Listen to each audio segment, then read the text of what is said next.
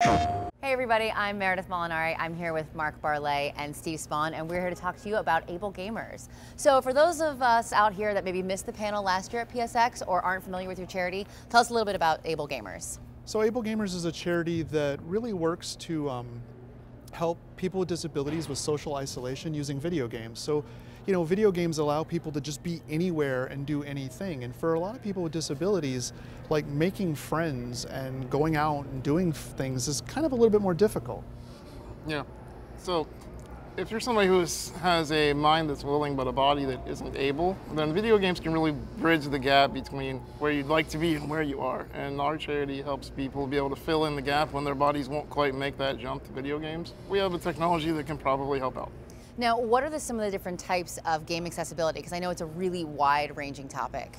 Well, I mean, game accessibility is overcoming a physical disability, a visual, a visual disability, like something wrong with like color blindness, a hearing problem, and sometimes just a cognitive disability.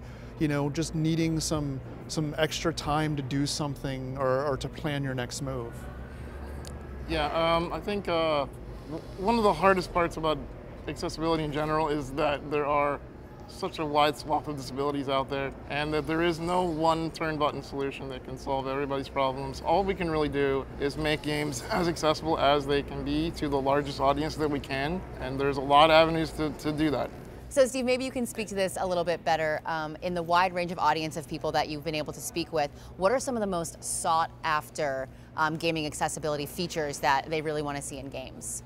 Well, when you're talking about accessible features, you're talking about comforts as well as accessibility. So we're talking about remappable keys. Who doesn't want that? And the ability to change the configurations on your PlayStation controller, and the ability to change the screen size, the ability to change the font size, the colors. Like, all these are pretty basic things. And you know, as far as what we do, you know, the questions that Mark and I get the most are usually for one-handed devices, or for people who have a profound disability, who really need some technological help to be able to make that bridge. Why do you think gaming accessibility is so important overall, and just for all gamers in general to really be concerned with? Well, I mean, gaming is a $64 billion a year industry, and people are really choosing to spend real quality time with their friends and family in games. I log onto a game, and the first thing I'm looking at is to see if Steve's playing that game. If Steve's not playing that game, I'm either figuring out what he's playing and going to that game, or I'm looking for another friend. Rarely do I go in to play the game. I go in to play the game with friends. Yeah, I mean, you know, our charity is all about helping people with technology be able to get into games, but it's not really about the games. It's really about the people. You know, any study you ever go read will always tell you that people stay in games because of the community. So, you know, our charity is all about making sure that these people can get into communities, can connect with their friends, their loved ones, be social, and get out there and have some fun with other people.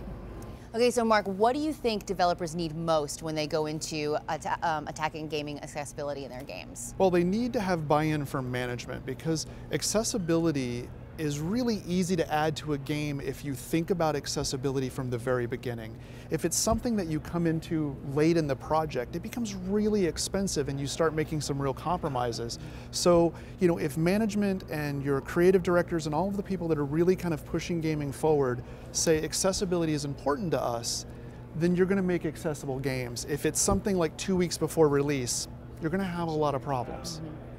Now, I know you guys have had a chance to collaborate with some developers over time. If you could collaborate with any developer or on any game, what would you choose? So I would really like to collaborate with Ubisoft on Assassin's Creed. I know so many gamers with disabilities who love that whole world that they create, but have a really hard time sometimes enjoying the content.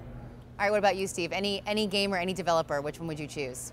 Yeah, you know, I've always been a big fan of Deep Silver. I think that the games they make are pretty amazing, and we have a lot of requests for those kind of style of games to play, and I think there's a couple of things that we could do to help them be a little bit more accessible, and I hope someday that they'll work with us on that. Great. All right, well, for all the gamers out there that want to get involved with your charity, where can they go to find out more information? So you can hit us up on our website, which is ablegamers.org. You can find us on Twitter at AbleGamers. Yep, we're going to go to charity.pizza. That's actually charity.pizza. Yeah, charity.pizza, yes. Is a website. That is a brilliant name. Yes. We have good marketers. Charity and pizza, who doesn't love that? Right. Right. Well, guys, thank you so much for sitting down with me. It's a really important topic, and I appreciate you guys coming out again, another PSX, to get more information out about AbleGamers. So, guys, check out the website and find out how you can get involved yourself.